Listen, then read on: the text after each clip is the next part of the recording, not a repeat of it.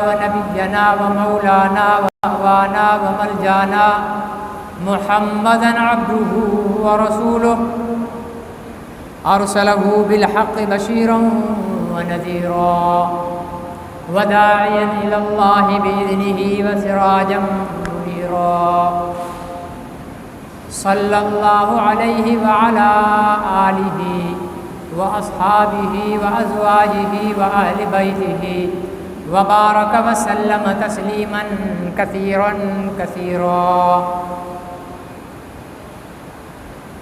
أما بعد فأعوذ بالله من الشيطان الرجيم بسم الله الرحمن الرحيم ما كان محمد أبا أحد من رجالكم ولكن رسول الله وخاتم النبيين وكان الله بكل شيء عليما وقال النبي صلى الله عليه وسلم الله الله في أصحابي لا تتخذوهم من بعدي غرضا فمن أحبهم فبحبي أحبهم ومن أبغضهم فببغضي أبغضهم أو كما قال عليه الصلاة والسلام صدق الله وصدق رسوله النبي الكريم ونحن على ذلك لمن الشاهدين والشاكرين والحمد لله رب العالمين. محترم بزرگوں اور بھائیوں،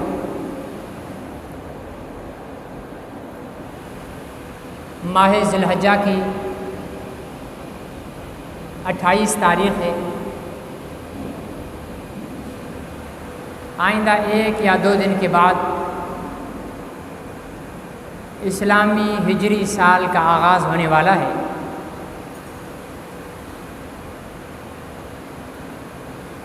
اسلامی ہجری سال کا آغاز اور اختتام دونوں عظیم شہادتوں پر ہوتا ہے.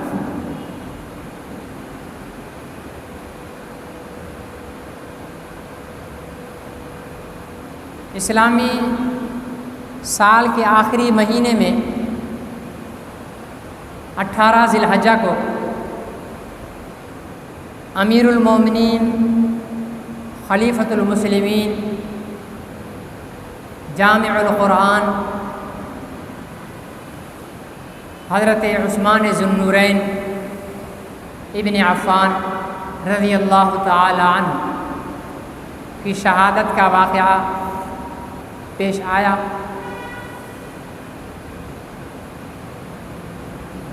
ان کی شہادت سے پہلے 27 ذی الحجہ 23 ہجری میں امیر المومنین خلیفۃ المسلمین حضرت سیدنا عمر ابن خطاب رضی اللہ تعالی عنہ پر فجر کی نماز میں ابو لولو مجوسی نے قاتلانہ حملہ کیا اور 1 ذی الحجہ کو اس حملے میں زخمی ہونے کے بعد حضرت سیدنا عمر ابن خطاب رضی اللہ تعالی عنہ نے جام شہادت نوش فرمایا. یوں سال کا آغاز اور اختتام 2 مسلمانوں کے خلفاء کی شہادت کے ساتھ ہوتا ہے. پھر 10 ذی الحجہ کو 10 محرم الحرام کو نواسۂ رسول جگر گوشہ بطول جنتی جوانوں کے سردار حضرت حسین ابن علی رضی اللہ تعالی عنہما کی مظلومانہ شہادت کا واقعہ کربلا کے میدان میں پیش آیا. میں نے گزشتہ سے پیوستہ جمعہ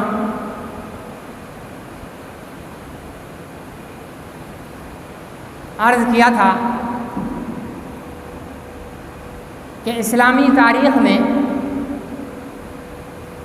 شہداء کی تعداد اتنی زیادہ ہے کہ اگر ہم ہر شہید کی شہادت پر عام تعطیل کرنے لگیں اور سرکاری سطح پر چھٹیاں کرنے لگیں تو کوئی دن کام کے لیے نہیں بچے گا. لیکن حضور صلی اللہ علیہ وسلم کے خلفاء سیدنا ابو بکر صدیق، سیدنا عمر فاروق، سیدنا عثمان غنی، سیدنا علی المرتضیٰ، یہ وہ جلیل القدر اصحاب رسول ہیں جنہیں حضور علیہ الصلاۃ والسلام کا خلیفہ بننے کی سعادت نصیب ہوئی.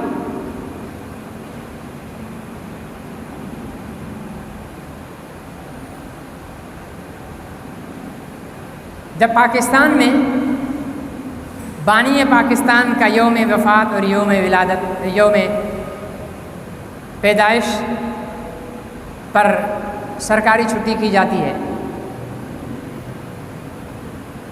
ہمارے سندھ میں سندھ گورنمنٹ شہید محترمہ بے نظیر بھٹو کی شہادت پر سرکاری چھٹی کا اعلان کرتی ہے. علامہ اقبال کی وفات پر، پیدائش پر سرکاری چھٹی کا اعلان کیا جاتا ہے. پاکستان نے ایٹمی دھماکے کیے 28 مئی کو، تو اس دن یوم تکبیر سے کے حوالے سے چھٹی کی جاتی ہے. 14 اگست کو پاکستان بنا تو اس کے خوشی میں چھٹی کی جاتی ہے.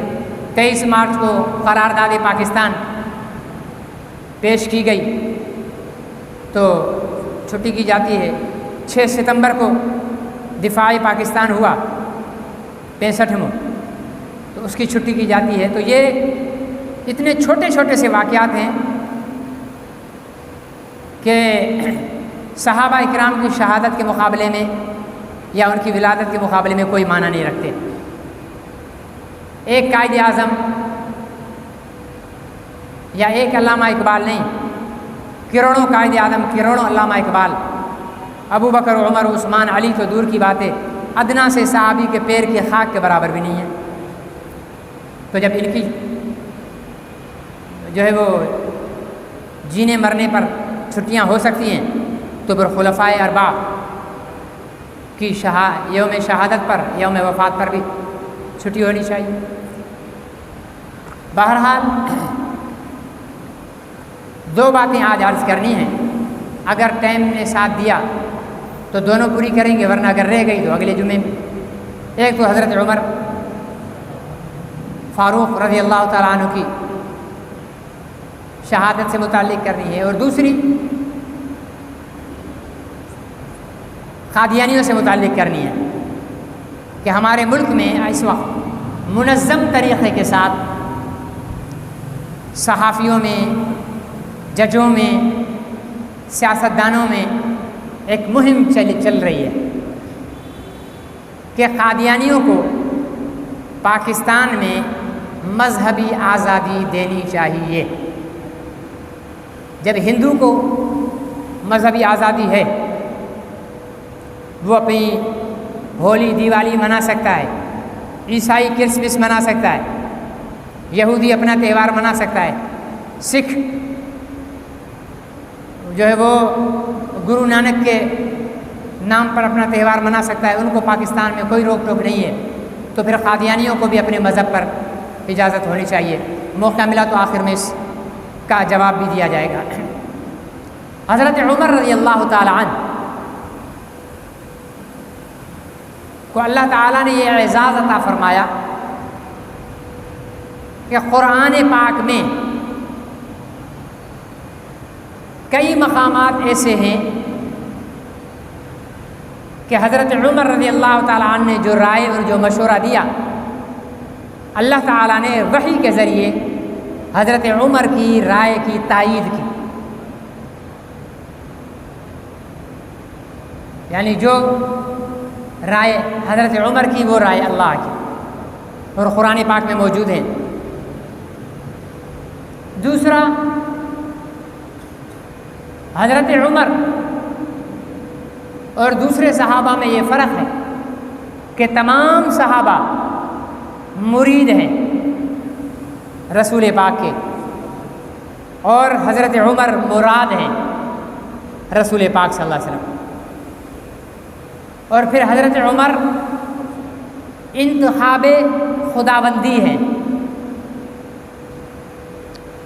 حضور علیہ السلام نے اللہ سے دعا فرمائی، اللہم ایّد الاسلام بعمر بن خطاب او بعمر بن حشام، یا اللہ اسلام کو مضبوط کر، اسلام کی مدد فرما خطاب کے بیٹے عمر سے یا حشام کے بیٹے عمر سے۔ یہ عمر کون ہے؟ یہ عمر ہے ابو جہل، عمر نام ہے اس کا۔ یہ عمر کیسا ہوتا ہے؟ ہمارے ہاں عموماً لکھا جاتا ہے عمرو پڑھا جاتا ہے، عمرو پڑھا جاتا ہے، عین میم رے اور آگے واو لگا دیتے ہیں، یہ عمرو نہیں ہوتا۔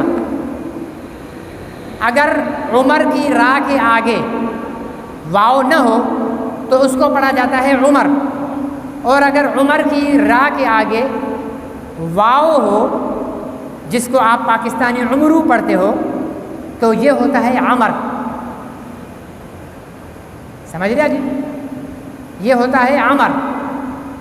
یہ واو عمر اور عمر میں فرق کرنے کے لیے ہے۔ تو عمر بن حشام ابو جہل کا نام تھا۔ حضور علیہ الصلوۃ والسلام نے دعا فرمائی، دو آدمیوں کے نام دیے، اللہ تعالیٰ نے ان میں سے حضرت عمر کا انتخاب فرمایا، اور حضرت عمر کے اسلام لانے سے پہلے حضور علیہ الصلوۃ والسلام اور صحابہ اکرام دار ارقم میں چھپ کر عبادت کرتے تھے، نماز پڑھتے تھے۔ حضرت عمر 40ویں یا 41ویں مسلمان ہیں جو دار اسلام میں داخل ہونے والوں میں سے ہیں۔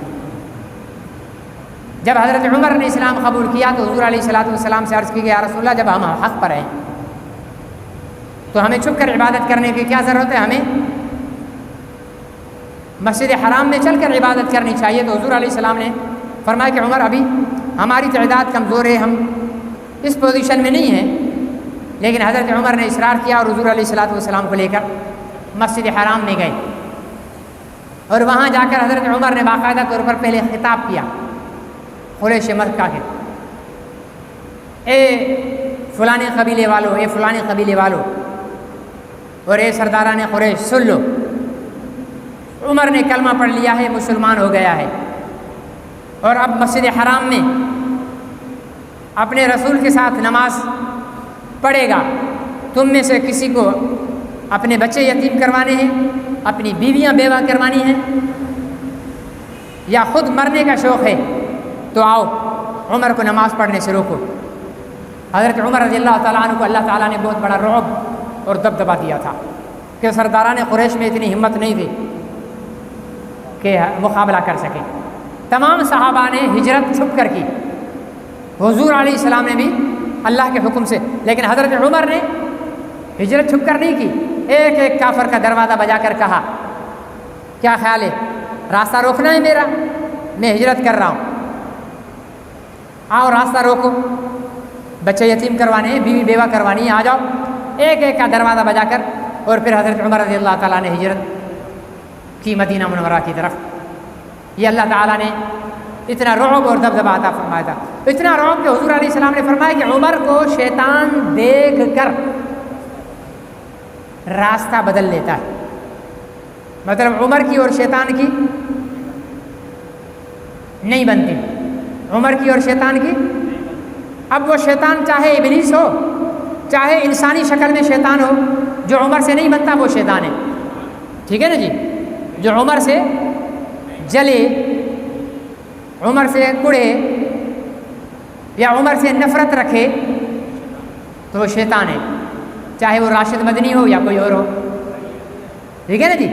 تو عمر سے شیطان نفرت کرتا ہے، شیطان راستہ بدلتا ہے. اچھا اس میں ایک اور بھی ہے، یہ جو احتلام ہوتا ہے نا، احتلام، رات کو بندہ سویا، صبح کو اٹھا تو جناب ٹرک کلٹی ہو گیا، آپ جناب غسل کر رہے ہیں. تو یہ احتلام جو ہوتا ہے اس کا علاج علماء نے پتہ ہے کیا لکھا ہے؟ اپنے سینے پر عمر لکھو، یہ ہے نا یہ پستان ہے، یہاں عین بناؤ، ناف پہ میم بناؤ اور نیچے رے لے جاؤ، عمر لکھ کر سو جاؤ، کبھی احتلام نہیں ہوگا. کیونکہ احتلام میں شیطان کا بڑا کردار ہے. اب ادھر عمر آ گیا تو اب شیطان تو قریب نہیں آئے گا.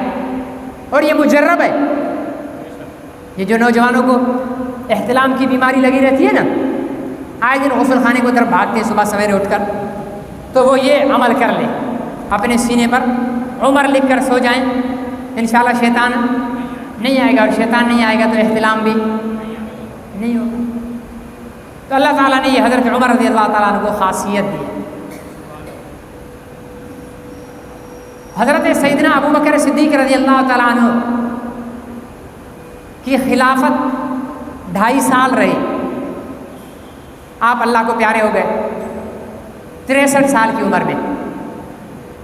حضرت ابو بکر، حضور علیہ السلام کی بھی عمر 63 سال، حضرت ابو بکر کی عمر بھی، حضور علیہ السلام بھی پیر کو وفات پائے، حضرت ابو بکر بھی پیر کو وفات پائے. بہت ساری نسبتیں، کیونکہ حضرت ابو بکر صدیق سے بڑا کوئی عاشق رسول تھا ہی نہیں. حضرت ابو بکر صدیق کی خلافت میں بہت سارے فتنے اٹھے، بہت سارے فتنے اٹھے، اور منکرین زکوٰۃ کا فتنہ اٹھا. انہوں نے کہا کہ جی زکوٰۃ صرف تب تک تھی جب تک حضور علیہ السلام زندہ تھے، آپ وفات پا گئے، اب زکوٰۃ ختم. حضرت ابو بکر نے ان کے ساتھ جہاد کیا.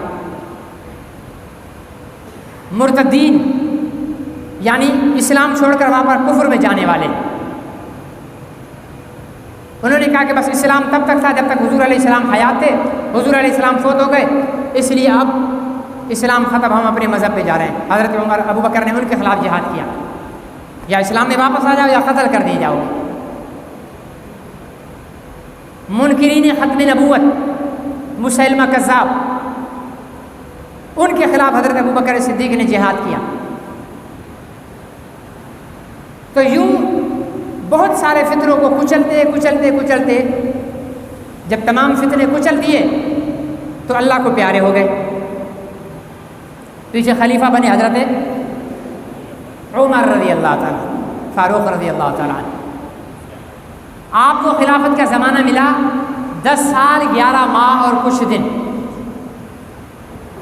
اور آپ نے 22 لاکھ مربع میل، ٹھیک ہے نا جی، 22 لاکھ مربع میل، اسکوائر میل علاقہ فتح کیا، جس میں روم اور فارس جو قیصر و کسریٰ بڑی سلطنتیں تھیں. یعنی یوں سمجھ لیں جیسے آج امریکہ اور جو ہے وہ چائنا سمجھ لیں، 2 طاقتیں آج دنیا پر بڑی حاوی ہیں. اس پائے کی طاقتیں تھیں، حضرت عمر رضی اللہ تعالیٰ نے ان کو ختم کیا اور ان کی طاقتوں کو توڑا اور اسلام کا جھنڈا وہاں بلند کیا. 22 لاکھ مربع میل.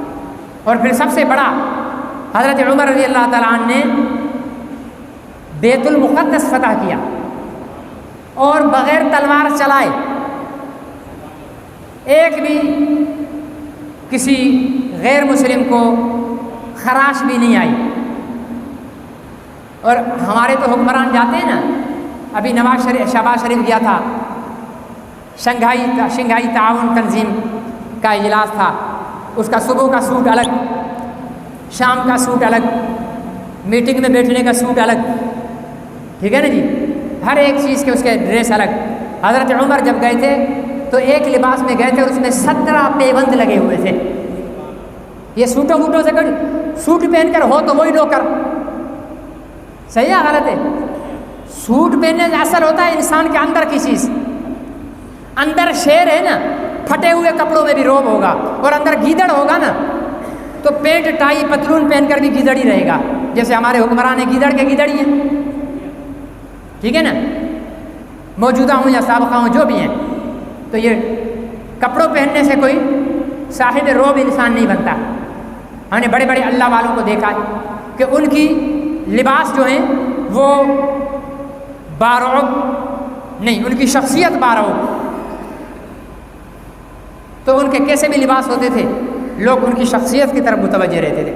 حضرت عمر جب اپنا بیت المقدس کی فتح کے لیے جا رہے تھے، چابیاں لینے کے لیے، غلام ساتھ تھا ایک، کوئی سیکورٹی، کوئی آگے جو ہے وہ سیکورٹی گارڈ، پیچھے کوئی پروٹوکول، کچھ بھی نہیں، اور باری متعین کر رکھی تھی، بھائی اتنے دیر میں چڑھوں گا اونٹ پر، تو اونٹ کو پکڑ کر چلے گا، اور اتنے دیر تو اونٹ پر بیٹھے گا، میں اونٹ کو پکڑ کر۔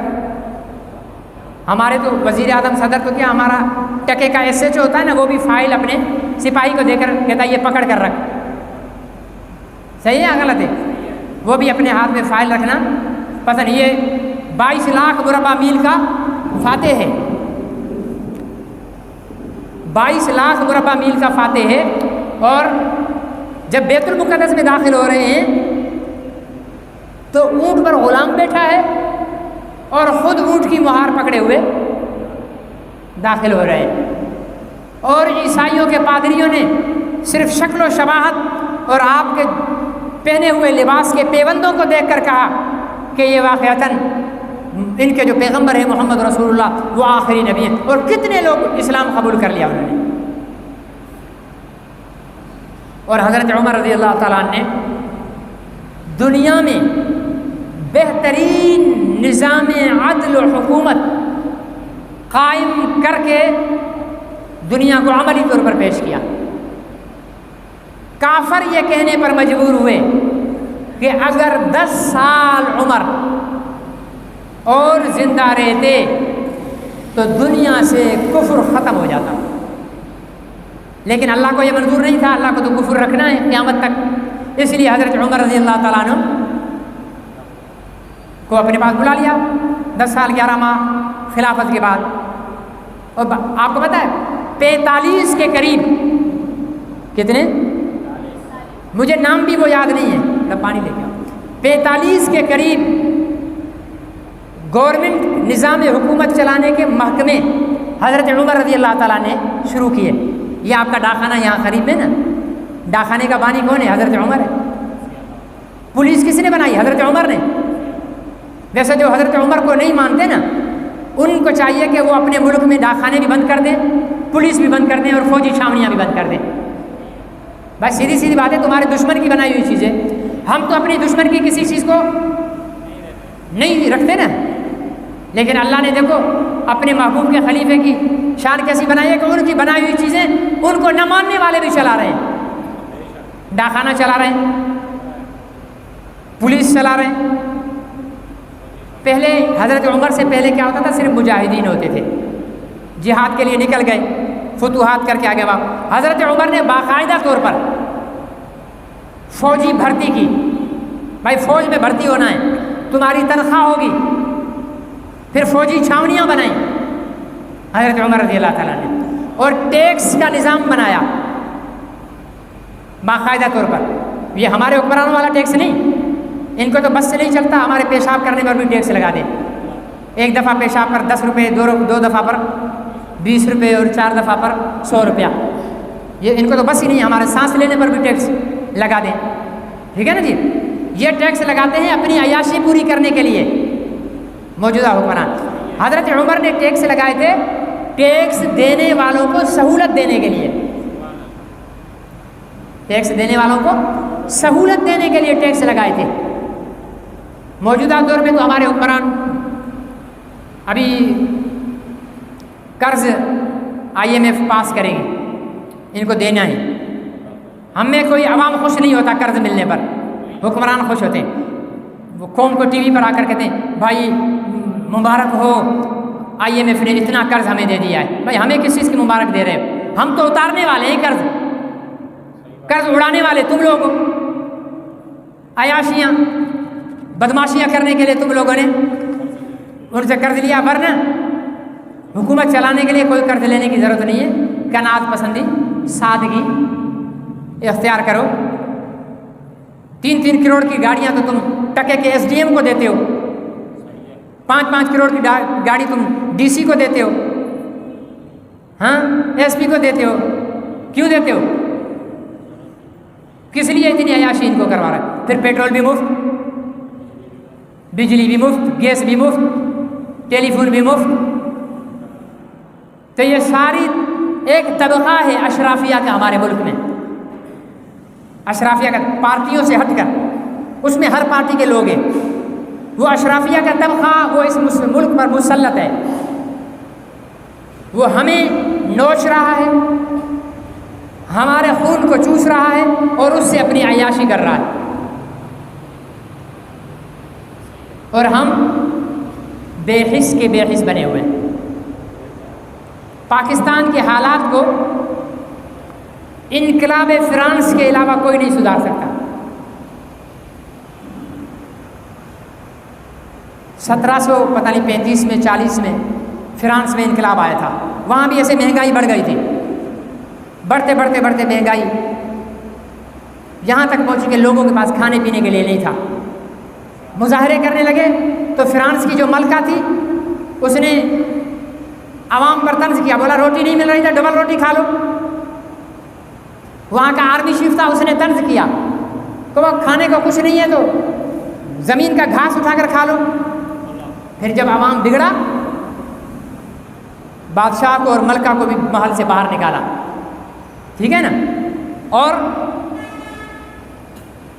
آرمی چیف کو بھی پکڑا، گھسیٹا، ان کی گردنیں کاٹی اور ان کو گاڑیوں میں ان کی لاشوں کو باندھ کر گھسیٹا۔ پھر یہ بعد میں فرانس کی دوسری شکل اب آئی ہے۔ مجھے ایسا ہی لگتا ہے کہ کوئی ایسا ہی انقلاب پاکستان کے حالات کو درست کر سکتا ہے، اور دور دور تک ہماری پاکستانی قوم کے مزاج کے مطابق نہیں لگ رہا کہ کبھی انقلاب آئے گا۔ ہماری قوم میں وہ مزاج ہی نہیں ہے،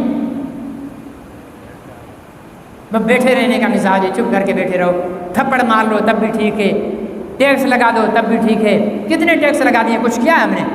کچھ بھی نہیں، بیٹھے ہوئے تک باقی باتیں کروا لو، تھڑے پر بیٹھے ہوں گے، گالیاں دے رہے ہوں گے، گالیاں دینے سے کچھ نہیں ہوگا، نکلو باہر، اٹھو، اپنے حق کے لیے لڑو۔ افغانستان میں بجلی 7.5 روپے یونٹ پر مل رہی ہے، کئی 4.5 روپے یونٹ پر مل رہی ہے، آپ کو 65 روپے یونٹ پر مل رہی ہے۔ بیٹھے، پتہ نہیں پاکستانیوں کے گھروں میں سونے کے خزانے چھپے ہوئے ہیں، کچھ کرتے ہی نہیں ہیں، بس وہاں سے سونا نکالتے ہیں اور ٹیکس دینا شروع کر دیتے ہیں۔ تو بہرحال حضرت عمر رضی اللہ تعالی عنہ ایک بہترین نظام دے کر گئے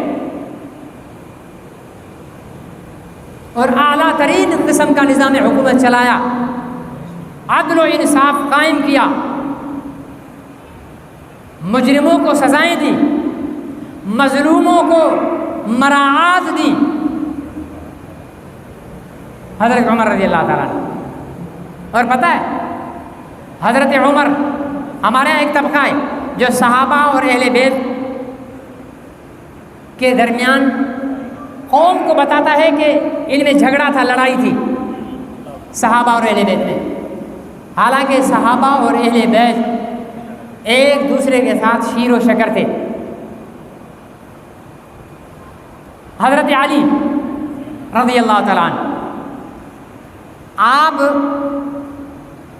جس سے نفرت کرتے ہوں، جس سے آپ کی دشمنی ہو، اس کو اپنی بیٹی دینا پسند کرو گے؟ ہاں نہیں، لیکن ایک طبقے کے ہاں شاید یہ رواج ہو کہ بیٹیاں اپنے دشمنوں کو دیتے ہیں، کیونکہ حضرت علی، پتہ حضرت علی کی صاحبزادی حضرت ام کلثوم کس کی بیوی تھی؟ حضرت عمر رضی اللہ تعالیٰ عنہ۔ اگر حضرت علی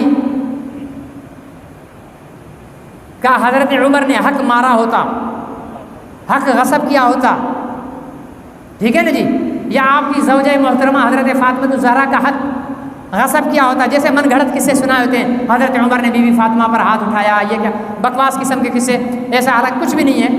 اگر ایسا ہوتا، ایک شخص میری بیوی پر تھپڑ لگائے، ہاں میری بیوی کا حق مارے، پھر میں اپنی بیٹی بھی اس کو دے دوں، ہو سکتا ہے؟ حضرت علی نے اپنی بیٹی کا نکاح حضرت عمر سے کروایا. اچھا جس سے میری دشمنی ہو اس کا نام میں اپنی اولاد پر رکھوں گا؟ ہاں میں اپنے بیٹے کا نام مرزا غلام احمد رکھوں گا؟ بولو. مرزا بشیر الدین رکھوں گا یا انجینئر مرزا جہلمی رکھوں گا؟ کیونکہ ان سے میں نفرت کرتا ہوں. صحیح ہے یا غلط ہے؟ لیکن آپ دیکھیں حضرت علی کے بیٹے کا نام ابو بکر بھی ہے, حضرت علی کے بیٹے کا نام عمر بھی ہے, حضرت علی کے بیٹے کا نام عثمان بھی ہے. جہاں حضرت امام حسین کی مزار ہے نا وہاں جاؤ, برابر میں خبریں ہیں, لیکن بتائے گا کوئی نہیں کہ ان کے نام کیا ہیں. کسی تو بڑے سنائیں گے حضرت امام حسین کے ساتھ یوں ہوا, علی اصغر, علی اکبر, فلاں, یہ بڑے کسے سنائیں گے, لیکن یہ کوئی نہیں بتائے گا کہ ان 72 کے نام کیا تھے. بہرحال باقی اس پر انشاءاللہ میں اگلے جمعے, کیونکہ وقت ختم ہو رہا ہے, میں ایک اہم جو بات کرنی ہے حضرت عمر کی, بہت تفصیلی. حضرت عمر کی سیرت تو طویل ہے, آپ کو صرف نظام عدل اور حکومت کے نظام کو دیکھا جائے تو بڑا بے مثال ہے. دوسری بات جو میں نے کرنی تھی, گزشتہ 6-7 مہینوں سے ہمارے ملک میں ایک پروپیگنڈا کیا جا رہا ہے. کیا کہ پاکستان میں قادیانیوں کو اپنے مذہب پر عمل کرنے کی اجازت نہیں دی جا رہی. ٹھیک ہے, ایک صحافی ہمارے مجیب الرحمن شامی, انہوں نے بھی بہت جوش میں آ کر کہہ دیا تھا, لیکن پھر علماء نے ان سے رابطہ کیا تو سمجھ گئے, وہ کہنے لگے ہاں بھائی واقعی میں نے غلط کہا تھا. ہمارے چیف جسٹس صاحب حضرت قبلہ الحاج حضرت اقدس قبلہ و کعبہ قاضی فائز عیسیٰ صاحب دامت برکاتہم العالیہ, انہوں نے 6 فروری کو یہ قصہ چھیڑا اور اپنے فیصلے میں بڑا اقلیتوں کی آڑ لے کر قادیانیوں کے خلاف, قادیانیوں کی حمایت میں بڑی باتیں کر دی کہ قادیانیوں کو بھی اجازت ہونی چاہیے, یوں ہونا چاہیے, یوں. پھر علماء نے شور مچایا, اٹھے, پھر دوبارہ اس کی نظر ثانی کی پیشی ہوئی. پیچھے اپنا مئی کی غالباً 29 کو کیس رکھا ہوا تھا, وہ فیصلہ نظر ثانی کا محفوظ کر لیا ہے. مئی, جون, اب یہ جولائی چل رہا ہے, ابھی تک حضرت صاحب فیصلہ دینے کے لیے تیار نہیں, فیصلہ نہیں سنا رہے ہیں. یہ ہو گیا. پھر وہ لاہور ہائی کورٹ کے ایک جج نے اپنے فیصلے میں لکھ دیا کہ قادیانی جو ہیں وہ بھی مسلمانوں کا ایک فرقہ ہیں. بہرحال اللہ تعالیٰ اسے جزائے خیر دے, علماء نے اللہ تعالیٰ اس کو جزائے خیر دے. وہ پیپلز پارٹی کا ایک ممبر ہے قومی اسمبلی میں, بڑا مزاحیہ تقریریں کرتا ہے. ہاں عبد القادر پٹیل, اس نے بڑی جرأت مندانہ اسمبلی میں اس پر بات کی کہ ہائی کورٹ کے جج نے کیوں کہا ہے کہ قادیانی مسلمانوں کا فرقہ ہی ہے, مسلمانوں کا فرقہ نہیں. اللہ تعالیٰ اسے جزائے خیر دے. وہ تو مولوی نہیں ہے, وہ تو دنیا دار طبقہ ہے, لیکن ہماری سال کی تقریریں, اس کے 2 منٹ کی تقریر بڑی پر اثر ہوتی ہے. اس نے وہاں اسمبلی میں کہا کہ ختم نبوت کا عقیدہ ایسا ہے کہ اس کے لیے ہم اپنا گردنیں کٹوانے کے لیے بھی تیار ہیں. اللہ تعالیٰ اسے جزائے خیر دے. اب مسلم لیگ والے آمین نہیں کہیں گے, پی ٹی آئی والے بھی آمین نہیں کہیں گے. بھائی گولی مارو اپنی پارٹیوں کو, جو نبی کی ختم نبوت کے لیے بولے گا وہ ہمارا سر کا تاج ہے. صحیح ہے, چاہے وہ پی ٹی آئی کا ہو, چاہے مسلم لیگ کا ہو, چاہے پیپلز پارٹی کا ہو, چاہے ایم کیو ایم کا ہو, کسی بھی پارٹی کا ہو, جو ختم نبوت کا وفادار ہے وہ ہمارا سردار ہے. ٹھیک ہے نا, جو نبی کی ختم نبوت کا غدار ہے وہ ہمارے پاؤں کی جوتی ہے, وہ بھی وہ والی جوتی جو واش روم میں پہن کر جاتے ہیں. تو دوسرے دن عبد القادر پٹیل صاحب نے یہ بیان کیا, دوسرے دن جج صاحب نے معذرت کر لی اور وہ اپنے فیصلے میں سے حذف کر دیا. پھر آئے یہ جناب کیا نام ہے ان کا, اپنا مجیب الرحمن شامی صاحب, یہ کہنے لگے کہ جی قادیانیوں کو قربانی نہیں کرنے دی, عید نہیں پڑھنے دی, ان کے بکرے اٹھا کر پولیس والوں نے گرفتار کر لیے, یہ کر دیا. پھر تیسرا آیا ایک شاہ زیب حرام زادہ, آپ اس کو شاہ زیب خان زادہ کہتے ہو, میں اس کو شاہ زیب حرام زادہ کہتا ہوں. جو قادیانیوں کا حامی ہے وہ حرام زادہ ہے. صحیح ہے یا غلط ہے بھائی؟ ہاں, تمہارا بھلے وضو نہیں ٹوٹتا ہوگا, ہمارا وضو نہیں ٹوٹتا قادیانی اور اس کے حامی کو گالی دینے سے. بڑے بڑے صوفی جو ہے نا بعد میں فتویٰ دیں گے، مولوی صاحب جی مسجد میں بیٹھ کر حرام زادہ کہہ رہے تھے، جو اپنے نبی کا نہیں ہے، جو نبی کے ختم نبوت کا غدار ہے، وہ اس سے بڑا کوئی حرام زادہ نہیں ہے۔ تو شاہ زیب خان زادہ پڑھ کر کے بولتا ہے ٹی وی پر بیٹھا ہوا، جیو نیوز پر، اس نے بھی بڑی 10-15 منٹ کی تقریر کی ہے کہ قادیانیوں کو آزادی نہیں ہے، ان کو یوں نہیں کرنے دیا، ان کو یوں نہیں کرنے دیا۔ الو کے پٹھے، تجھے پتہ بھی ہے کہ قادیانیوں کے عقیدے ہیں کیا؟ سمجھتے نہیں ہیں، بس وہ بھونکنا شروع کر دیتے ہیں، ان کو ہڈی ملی ہوئی ہے نا، وہ بھونکنا شروع کر دیتے ہیں۔ قادیانیوں کو مذہب کی تبلیغ کی، مذہب پر عمل کرنے کی اجازت دی جائے، یہ شاہ زیب حرامزادہ اور چیف جسٹس اور دیگر لوگوں کا، ایم کا وہ فیصل سبزواری، ٹھیک ہے نا، یہ بھی پڑھ کی ہے اس نے اسمبلی میں قادیانیوں کی حمایت میں۔ بعد میں پھر وہ کہنے لگا کہ میرا یہ مطلب نہیں تھا، میرا یہ مطلب نہیں تھا۔ آپ بھلے بیٹھے ہو مسجدوں میں، آپ کا دباؤ ہے الحمدللہ، یا آپ کے علماء جب بولتے ہیں نا تو ایسے نہیں بولتے، آپ ان علماء کے پیچھے کھڑے ہوئے ہو، تبھی آپ کے علماء کی آواز میں دم ہے۔ وہ پھر سبزواری ادھر ادھر آئیں بائیں شائیں کر کے اس نے بھی معذرت کر لی۔ ایک پتہ نہیں کون اور جو سیاستدان جتنے بھی قادیانیوں کی حمایت میں بول رہے ہیں کہ قادیانیوں کو مذہبی آزادی دی جائے، وہ سن لے قادیانیوں کا مذہب کیا ہے۔ قادیانیوں کا مذہب ہے کہ حضور علیہ السلام کا روضہ مبارک ذلیل تھا۔ قادیانیوں کا مذہب ہے کہ حضور علیہ السلام سور کی ملی ہوئی چربی کھاتے تھے۔ قادیانیوں کا مذہب ہے کہ ابو بکر اور عمر یہ تو مرزا غلام احمد قادیانی کی جوتی کا تسمہ کھولنے کے برابر بھی نہیں تھے۔ قادیانیوں کا مذہب ہے کہ حضرت فاطمہ الزہرا، محمد رسول اللہ، علی، حسن، حسین رضی اللہ تعالیٰ عنہ، یہ مرزا غلام احمد قادیانی کے پاس گئے، فاطمہ الزہرا ساتھ ہیں۔ مرزا غلام احمد قادیانی کہتا ہے میں لیٹا ہوا تھا، وہ قریب آئی، میں نے پہچانا وہ فاطمہ ہے، انہوں نے میرا سر اٹھا کر اپنی ران پر رکھا اور کہا کہ تو مجھ میں سے ہے۔ یہ قادیانیوں کا مذہب ہے۔ اور قادیانیوں کا مذہب کیا ہے؟ قادیانیوں کا مذہب ہے کہ محمد رسول اللہ مرزا غلام احمد قادیانی ہے۔ میں حکمرانوں کو کہتا ہوں یہ میڈیا پر بول کر کتے کی طرح بھونکنے والوں کی پروپیگنڈا پر نہ جانا۔ رب محمد کی قسم ہے جس دن تم نے قادیانیوں کو اپنے مذہب پر عمل کرنے کی اجازت دے دی، میرے سامنے اگر کوئی غلام احمد قادیانی کو محمد رسول اللہ کہے گا، میں اس کی گردن اتارنا اپنا فرض سمجھتا ہوں۔ میں نہیں ایسے بدبخت کو زندہ چھوڑوں گا، میں ایسے بدبخت کو اپنے شہر میں زندہ نہیں چھوڑ سکتا جو حضور کے روزے کو ذلیل کہے۔ میں ایسے کمینے اور شیطان کو اپنے شہر میں زندہ نہیں چھوڑ سکتا جو میرے آقا پر سور کی چربی کھانے کا الزام لگائے، جو میرے آقا کی بیٹی پر الزام لگائے، جو میرے آقا کی ازواج پر الزام لگائے۔ یاد رکھ لو حکمرانوں، سیاستدانوں، ججوں، جرنیلوں، کان کھول کے سن لو، تم نے ہمارے ٹیکس پر عیاشیاں کر لی ہیں، تم نے ہمارے ٹیکس پر پالی ہے اپنی نسلیں، سب کچھ ہم نے برداشت کر لیا ہے۔ محمد رسول اللہ کی ختم نبوت کے منکروں کو اگر اس ملک میں مسلط کرنے کی کوشش کی تو یہ ملک کی گلی گلی، سڑک سڑک قادیانیوں کے خون سے رنگین ہوگی۔ تم دو اجازت، تم چھوڑو قادیانیوں کو، وہ آئیں تو صحیح، ایک شہر میں تو کہہ کر دکھائیں کہ غلام احمد قادیانی محمد رسول اللہ ہے۔ یہ تو تمہارے لیے ہم کہہ رہے ہیں، ہم مرنے کے لیے بے چین ہیں، موت ہماری محبوبہ ہے، شہادت ہماری تمنا ہے، اور اگر محمد کی ختم نبوت پر شہادت ہو جائے تو پھر چاہیے کیا؟ وہ اور ہوں گے جو تمہاری بوٹوں سے، تمہارے ہتھیاروں سے، تمہاری جیلوں سے ڈرتے ہوں گے۔ محمد کے غلام، محمد کے عاشق، ہر چیز محمد کی جوتی پر قربان کرنے والے ہیں۔ اس لیے شہباز شریف صاحب، تمہاری حکومت تو ویسے ہی بے ساکھیوں پر چل رہی ہے، پنگا مت لو امت سے،